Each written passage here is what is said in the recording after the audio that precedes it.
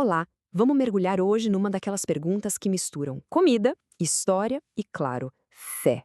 É uma dúvida que vem lá de textos milenares, mas que até hoje gera muita conversa e curiosidade.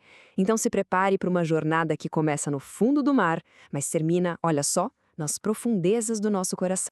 Vamos direto ao ponto, né? A pergunta de ouro é: um cristão pode, hoje, comer um camarãozinho, uma lagosta, um prato de ostras, sem sentir um pingo de culpa? A resposta rápida é sim, pode. Mas a resposta completa, essa sim é interessante.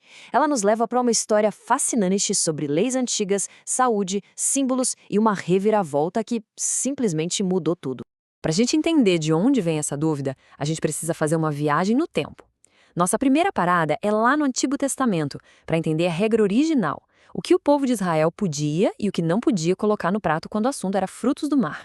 Lá no livro de Levítico, a instrução de Deus era super específica. Para um bicho do mar ser considerado puro, ou seja, liberado para comer, ele tinha que ter duas coisas: barbatanas e escamas. Simples assim. Se faltasse uma dessas duas características, já era, estava fora do cardápio. Uma regra que parece pequena, mas com implicações gigantescas. E o que isso significava na prática? Bom, que muitos dos frutos do mar que a gente mais gosta hoje em dia estavam proibidaços. Toda a turma dos crustáceos, camarão, lagosta, caranguejo, fora. Os moluscos também, lula, polvo, ostra, nem pensar.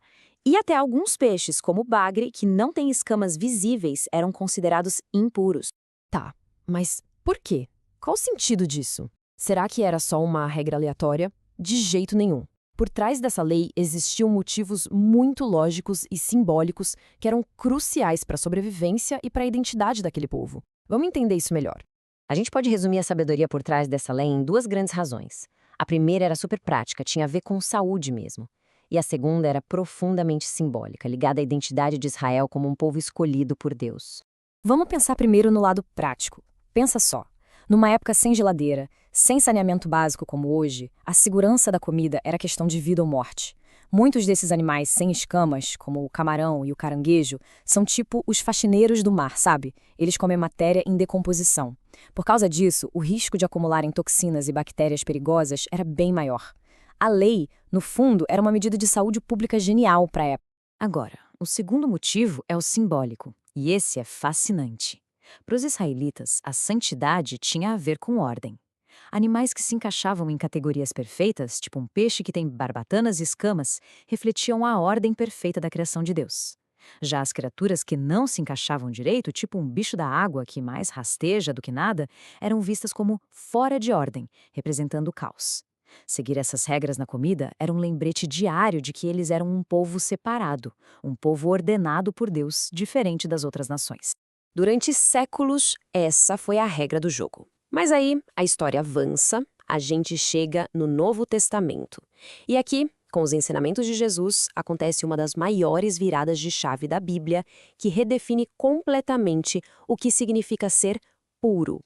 O momento da virada está bem aqui, no Evangelho de Marcos. Jesus está ensinando que o que contamina uma pessoa não é o que entra pela boca. E aí o autor do Evangelho, Marcos, faz um comentário quase como uma nota de rodapé que muda tudo. Ele escreve: ao dizer isso, Jesus estava declarando todos os alimentos puros. Uma frase, uma única frase que tinha o poder de virar séculos de tradição de cabeça para baixo. A grande revolução de Jesus foi essa. Ele mudou o foco da pureza. Deixou de ser algo externo, ritual, sobre o que a gente come. A verdadeira impureza, ele ensinou, nasce dentro da gente. O egoísmo, a maldade, a inveja. A santidade saiu do estômago e foi direto para o nosso caráter. E essa mudança de mentalidade não ficou só na teoria, não. Ela teve um impacto social explosivo. Transformou a comida, que antes era um muro que separava, em uma mesa que podia unir todo mundo. Pensa bem, essas leis de comida criavam um verdadeiro muro social. Um judeu devoto não podia simplesmente sentar para comer na casa de um não-judeu. Isso era tão forte que até os primeiros cristãos penaram com essa questão. O apóstolo Pedro é o maior exemplo disso. Lá em Atos 10, ele tem uma visão em que Deus manda ele comer animais impuros. A reação de Pedro é de pânico. De jeito nenhum, Senhor. Eu nunca comi nada impuro. Deus teve que repetir a lição 3 vezes. Não chame de impuro aquilo que eu purifiquei. E essa visão não era só sobre comida. Era sobre gente. Era a autorização divina para Pedro entrar na casa de um estrangeiro e quebrar essa barreira. O muro estava caindo. E para deixar tudo ainda mais claro, veio o apóstolo Paulo e, digamos, bateu o martelo nessa questão. Ele fala com todas as letras para os cristãos não deixarem ninguém julgá-los por comida ou bebida. Ele explica que as leis antigas eram como uma sombra, um desenho que apontava para algo muito maior que estava por vir. E agora que a realidade, que é Cristo, chegou, não faz mais sentido a gente viver apegado à sombra, né? Então, vamos recapitular rapidinho essa nossa viagem. A gente partiu de uma regra super detalhada sobre o que podia ou não ir para o prato e chegamos numa verdade muito profunda sobre o que deve, de fato, estar no nosso coração. Esse quadro aqui resume tudo de um jeito perfeito. Olha só, na coluna da esquerda, sobre a lei do Antigo Testamento, o camarão era proibido. O motivo? Higiene e distinção. Agora, olha a coluna da direita, sobre a graça do Novo Testamento. Está permitido. O propósito da lei antiga é revelado. Era um símbolo para a pureza interior. E o foco hoje não é mais a proibição, mas sim a gratidão a Deus pela comida e o bom senso, a moderação. E agora uma curiosidade que eu acho incrível, porque conecta tudo isso com a vida real. A gente precisa lembrar que vários dos apóstolos, como Pedro e João, eram pescadores de profissão. Separar peixe puro de impuro não era uma ideia abstrata para eles, era o trabalho pesado do dia a dia com as mãos cheirando a peixe. E Jesus, que era um mestre, usou exatamente essa imagem do cotidiano deles na parábola da rede. Ele comparou o reino dos céus a uma rede gigante que pega todo tipo de peixe. E no fim, os pescadores sentam para separar os bons dos ruins. Ele pegou a realidade da lei que eles viviam todo dia e usou para ensinar uma verdade espiritual muito maior sobre o julgamento final, que não se baseia no tipo de peixe, mas na natureza do coração.